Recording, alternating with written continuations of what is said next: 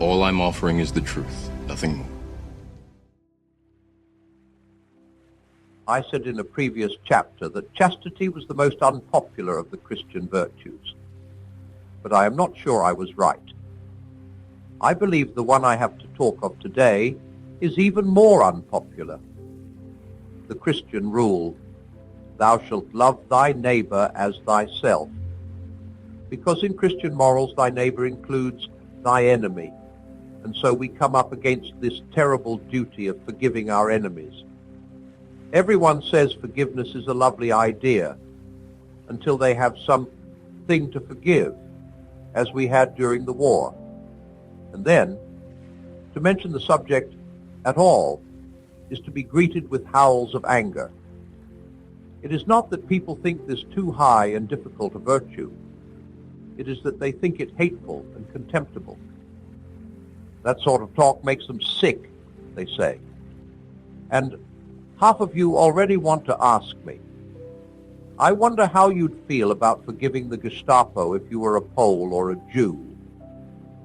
So do wonder very much.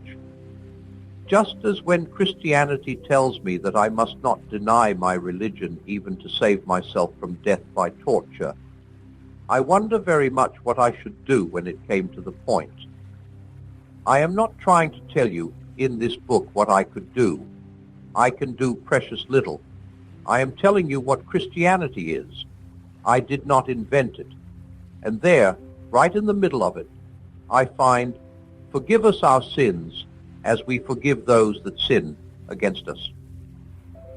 There is no slight est suggestion that we are offered forgiveness on any other terms. It is made perfectly dear that if we do not forgive, we shall not be forgiven. There are no two ways about it. What are we to do? It is going to be hard enough anyway, but I think there are two things we can do to make it easier. When you start mathematics, you do not begin with the calculus. You begin with simple addition.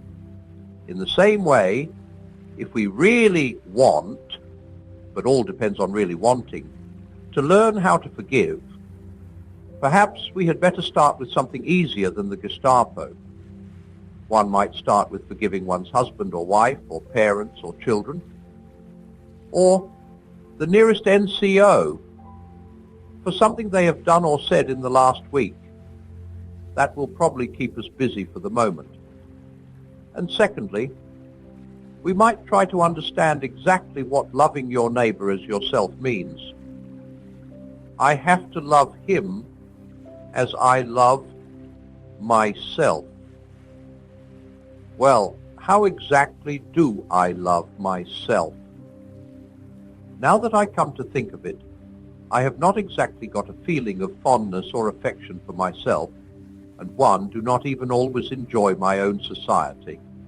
So apparently, love your neighbor does not mean feel fond of him or find him attractive.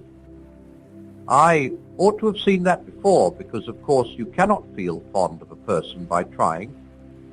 Do one think well of myself, think myself a nice chap?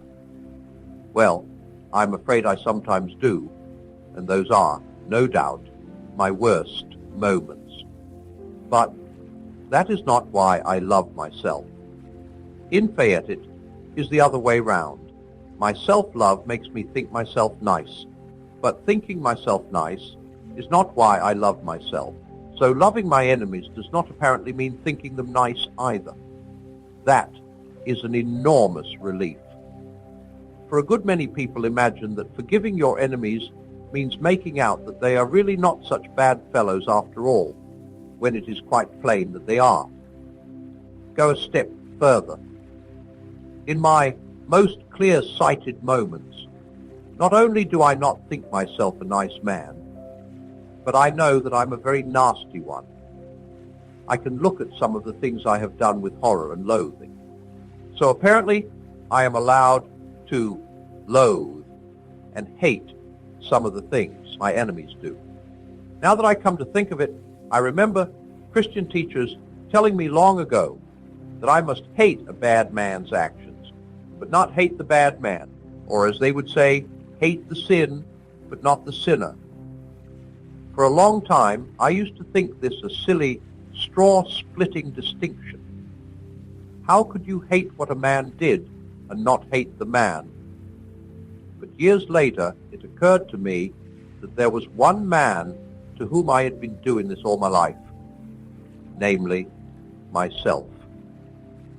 However much I might dislike my own cowardice or conceit or greed, I went on loving myself. There had never been the slightest difficulty about it. In fact, the very reason why I hated the things was that I loved the man. Just because I loved myself, I was sorry to find that I was the sort of man who did those things. Consequently, Christianity does not want us to reduce by one atom the hatred we feel for cruelty and treachery.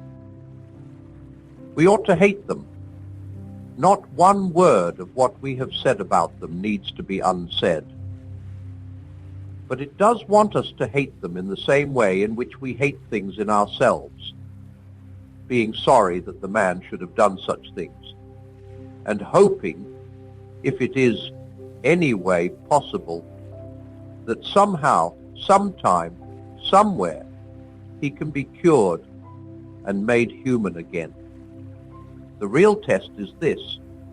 Suppose one reads a story of filthy atrocities in the paper.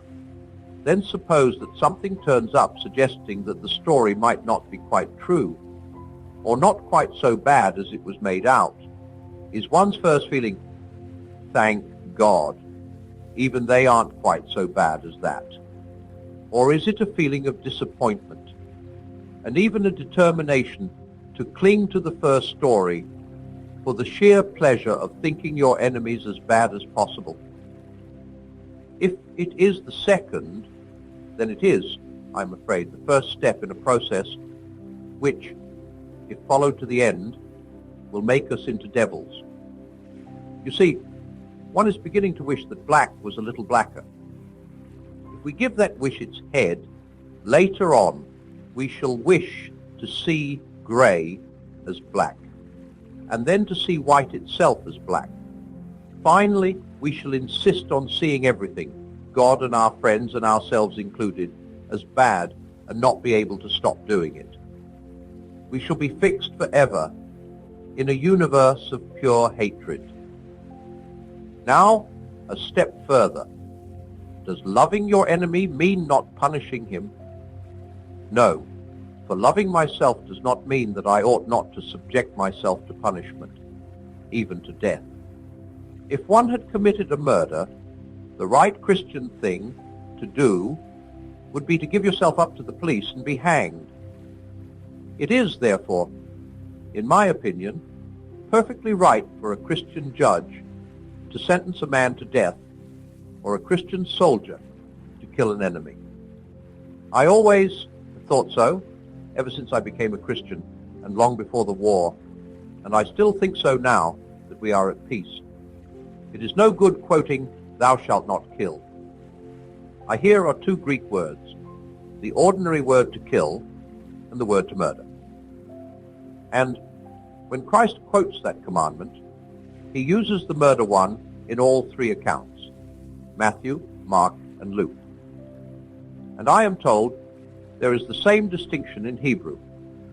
All killing is not murder any more than all sexual intercourse is adultery. When soldiers came to St. John the Baptist asking what to do, he never remotely suggested that they ought to leave the army, nor did Christ when he met a Roman sergeant major, what they called a centurion. The idea of the knight, the Christian in arms for the defense of a good cause, is one of the great Christian ideas. War is a dreadful thing, and I can respect an honest pacifist, though I think he is entirely mistaken. What I cannot understand is this sort of semi-pacifism you get nowadays, which gives people the idea that though you have to fight, you ought to do it with a long face, and as if you were ashamed of it. It is that feeling that robs lots of magnificent young Christians in the services of something they have a right to, something which is the natural accompaniment of courage, a kind of gaiety and wholeheartedness. I have often thought to myself how it would have been if, when I served in the First World War, I and some young German had killed each other simultaneously and found ourselves together a moment after death. I cannot imagine that either of us would have felt any resentment or even any embarrassment. I think we might have laughed over it. I imagine somebody will say, well, if one is allowed to condemn the enemy's acts and punish him and kill him, what difference is left between Christian morality and the ordinary view? All the difference in the world. Remember, we Christians think man lives forever. Therefore, what really matters is those little marks or twists on the central inside part of the soul which are going to turn it, in the long run, into a heavenly or a hellish creature. We may kill if necessary, but we must not hate and enjoy hating. We may punish if necessary, but we must not enjoy it. In other words, something inside us, the feeling of resentment, the feeling that wants to get one's own back, must be simply killed. I do not mean that anyone can decide this moment that he will never feel it anymore. That is not how things happen. I mean that every time it bobs its head up, day after day, year after year, all our lives long, we must hit it on the head. It is hard work, but the attempt is not impossible. Even while we kill and punish, we must try to feel about the enemy as we feel about ourselves, to wish that he were not bad, to hope that he may, in this world or another, be cured, in Fayette, to wish his good. That is what is meant in the Bible by loving him. Wishing his good, not feeling fond of him, nor saving he is nice when he is not. I admit that this means loving people who have nothing lovable about them. But then, has oneself anything lovable about it? You love it simply because it is yourself. God intends us to love all selves in the same way, for the same reason. But he has given us the sum ready, worked out, on our own case, to show us how it works. We have then to go on and apply the rule to all the other selves. Perhaps it makes it easier if we remember that that is how he loves us.